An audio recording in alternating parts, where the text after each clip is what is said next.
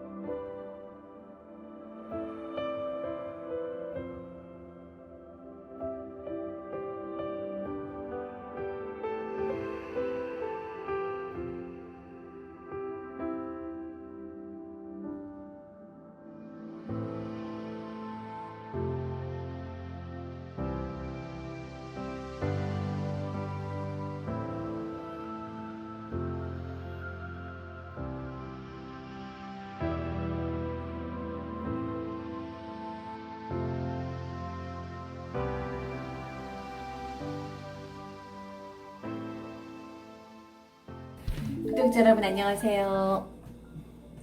네, 앞에 이야기된 이 5명의 아이를 들으면서 좀 깜짝 놀라신 분들도 계실 수 있을 것 같고, 비단 상담사뿐만 아니라 우리 엄마들이 다 겪는 이야기고 너무 많이 들은 이야기이기 때문에 하나도 안 놀랍다라는 분이 계시기도 할 것 같아요. 아이들의 정신건강 문제는 가정, 교우 관계, 경제적인 문제, 온라인에서의 어떤 경험들, 그리고 외모 지상주의 이런 것들이 복합적으로 이루어집니다. 근데 이제 그럼에도 불구하고 학업 스트레스가 가장 심각한 원인이라고 얘기를 하고 있죠. 초중고생 9,060명을 대상으로 조사했던 2018년 아동 청소년 인권 실태 조사에 따르면 죽고 싶다고 얘기한 청소년들이 놀랍게도 33.8%나 됐습니다. 세계의 어떤 나라에서 이렇게 10대 아이들이 벌써부터 죽고 싶다는 얘기를 하겠습니까? 그리고 그 이유로는, 원인 이유로는 압도적으로 학업 스트레스였습니다. 정말. 게다가 통계청에 의하면 청소년이 실제로 극단적인 선택을 하는 것이 2018년에 한 4년 전 코로나에 시작하던 해죠. 10만 명당 5.8년에서 2년 후에는 10만 명당 6.5명으로 늘었습니다. 그러니까 이 수치라는 것이 점점 더 늘고 있기 때문에 우리 아이들의 정신 건강에는 이미 빨간불이 켜진 것을 넘어서서 정말 이제 위험하다. OECD 국가의 자살 1위 오명은 10년 넘게 쭉 된 일이기 때문에 이제 요즘은 그런 강의 때 나가서 그런 얘기해도 놀라시지도 않더라고요. 그냥 그런가 보다라고 하는데, 청소년의 이런 극단적 선택하는 그 비율도 너무 높다는 점에서 우리나라 사회가 이렇게 어른들한테도 너무 정신건강 문제가 심각하지만 아이들 10대의 문제는 이제 정말 빨간불이다, 위험도에 다다랐다라고 얘기할 수 있겠습니다. 경향신문 현대판 음서제 대입 스펙이라는 기사에 의하면 현재 대학 입시가 사회적인 지위나 자본을 대물림하는 공공연한 수단이 됐고, 또 계층을 이동할 수 있는 교육의 사다리는 무너졌다라고 분석하고 있습니다. 또 경향신문은 OECD의 연구를 기반으로 해서 한국의 저소득층 가구가 평균 가구로 올라가는 데 걸리는 시간이 150년, 5세대가 걸린다라고 보도했습니다.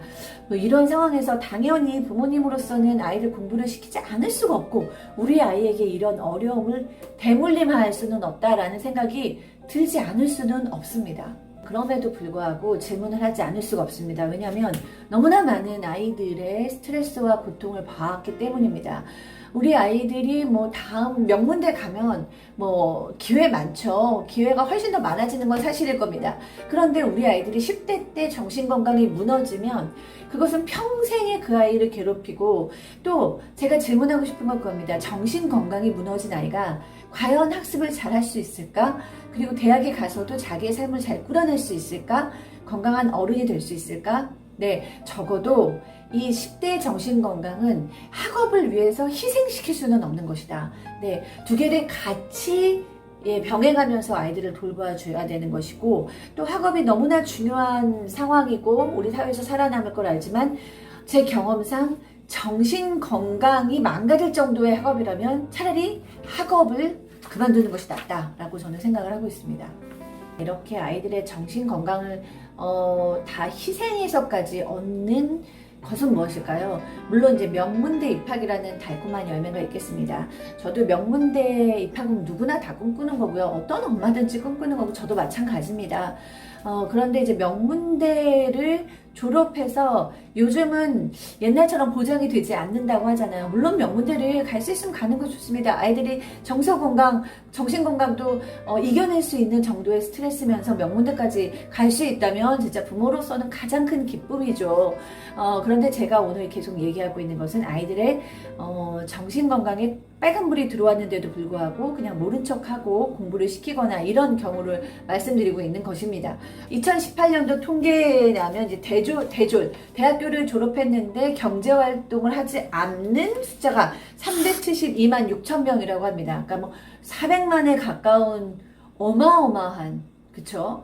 주간조선이 정리한 2014 취업 전쟁 보고서에 의하면 뭐 최강의 스펙, 스카이 스펙을 갖춘 명문대생의 경우도 상황은 같았습니다. 그리고 뭐 박사학위를 가져도 취직이 되지 않았다는 얘기 너무 많이 들으셨을 거고요. 변호사나 회계사들도 월 200을 뭐 번다 이런 얘기도 많이 들으셨을 거예요. 그러니까 우리가 명문대 입학은 부모님으로서 당연히 바라고 아이들에게 기본적으로 많은 기회를 줄 거라는 생각도 들지만 이제는 사실은 명문대가 그 아이의 행복과 안전을 보장해주는 시대는 정말로 아니다 라는 생각이 들고, 그것보다는 정말로 이 아이가 어떤 것을 할 수 있느냐, 실제로 할 수 있는 것이 무엇이냐라는 것이 더 중요하다는 것은 뭐 앞서 나가는 부모님들은 저보다도 훨씬 더 미리미리 주장하셨던 바라고 생각이 듭니다. 제가 다소 비판적으로 이야기를 꺼냈지만 그럼에도 불구하고 제가 이제 뭐 공부를 시키지 않아야 된다거나 아이들을 공부시키는 게 중요하지 않다거나 뭐 저만의 길이 옳다거나 이런 얘기는 절대 아닙니다. 저는 일하는 엄마로서 항상 저보다 너무나 프로급 교육자들이 많다고 생각하고 모든 엄마들이 저보다 낫다고 생각을 하고 살 수밖에 없었어요. 이제 그럼에도 불구하고 제가 교육에 대해서 이야기를 하는 것은 우리 아이들의 정신 건강 문제가 상할 만큼은 하지 않아야 된다는 것, 학습이라는 것이, 입시라는 것이 우리 아이들의 정신 건강을 희생시키고 모른 척하면서까지 갈 수 있는 것은 아니라는 것, 정신 건강 문제는 인간에게 있어서 그렇게 한때 좀 그렇게 아팠어도 뭐 금방 낫게 그렇게 쉽게 볼 수 있는 것이 아니라는 것을 얘기하고 싶었고요. 사실 더 얘기하고 싶었던 건 바로 이겁니다. 바로 정서가 건강하고 정신 건강이 건강하고 좋고 이런 경우에 아이들이 공부를 잘한다는 것. 그렇기 때문에 공부를 잘하기 위해서는 아이들의 정서나 감정이나 정신적인 이슈를 살펴보는 것이 도리어 공부를 하는데 해가 되는 것이 아니고 득이 된다는 것. 저는 이 얘기를 꼭 드리고 싶었습니다. EBS 다큐 프라임 마음 근력 훈련, 긍정적 정서 유발과 초등학생 수학 성적의 향상, 이 영상이 제게 정말 맞다라는 생각을 하게 해준 영상이었어요. 제가 바로 느끼고 아이들을 보면서 제가 하고 싶었던 얘기가 거기 있더라고요. 초등학교 5학년 아이들 중에서 수학 성적이 거의 비슷한 아이들을 모아놓습니다. 그래서 한 팀은 이쪽에 앉히고 한 팀은 이쪽에 앉혀서 이쪽에 앉힌 아이들한테는 수학 시험 전에 너희가 일주일 안에 가장 행복했던 경험들을 생각해서 써봐라 라고 얘기를 했어요. 그리고 이쪽에는 일주일 동안 짜증나고 화가 나고 그랬던 기억들을 써봐라 라고 얘기를 했어요. 그리고 나서 시험 성적을 봅니다. 근데 원래는 비슷한 성적의 아이들이 잠깐의 그 정서적 경험으로 인해서 수학 성적의 차이가 나는 그런 연구를 다뤘는데요.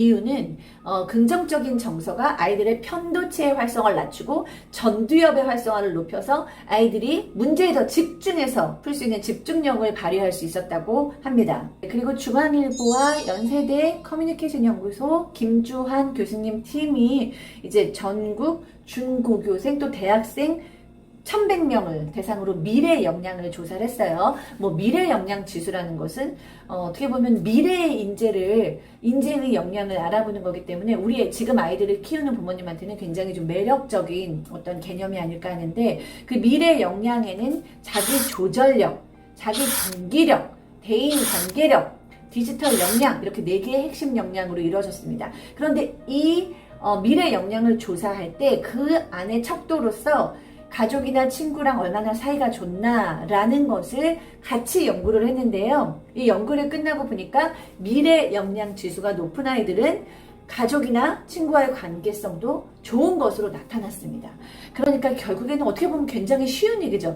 당연히 정서가 안정되고 가족이나 친구나 이렇게 편안한 관계 속에서 행복하게 자라는 아이들이 수학도 잘하고 영양 미래 인재 지수도 높고 이런 것입니다. 제가 오늘 하고 싶었던 이야기는 두 가지입니다.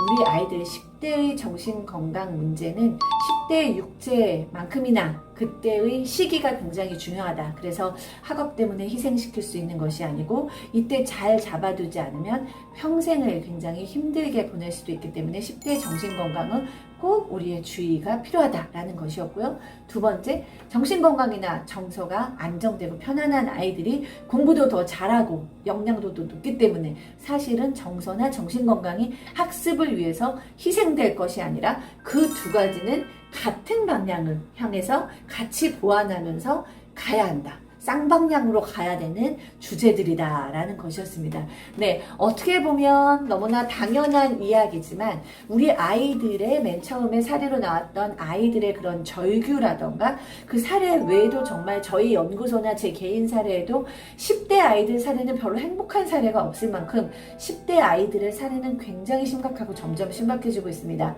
우리 아이들이 행복하지 않은 것은 사실이고 아이들은 무서워서 괴로워서 또 속상해서 엄마한테 미안해서 얘기하고 있지 못한 것일 수 있기 때문에 아이들이 이야기하지 않더라도 우리 어른들이 아이들이 마음은 괜찮은지 정서는 괜찮은지 힘든 얘기를 우리한테 하고 있지 못하고 있는 것은 아닌지 우리가 좀 주의 깊게 살펴봐야 할 필요성이 있다라는 이야기를 드리고 싶었습니다. 이 땅의 10대 그리고 우리 엄마 아빠들 다 화이팅입니다.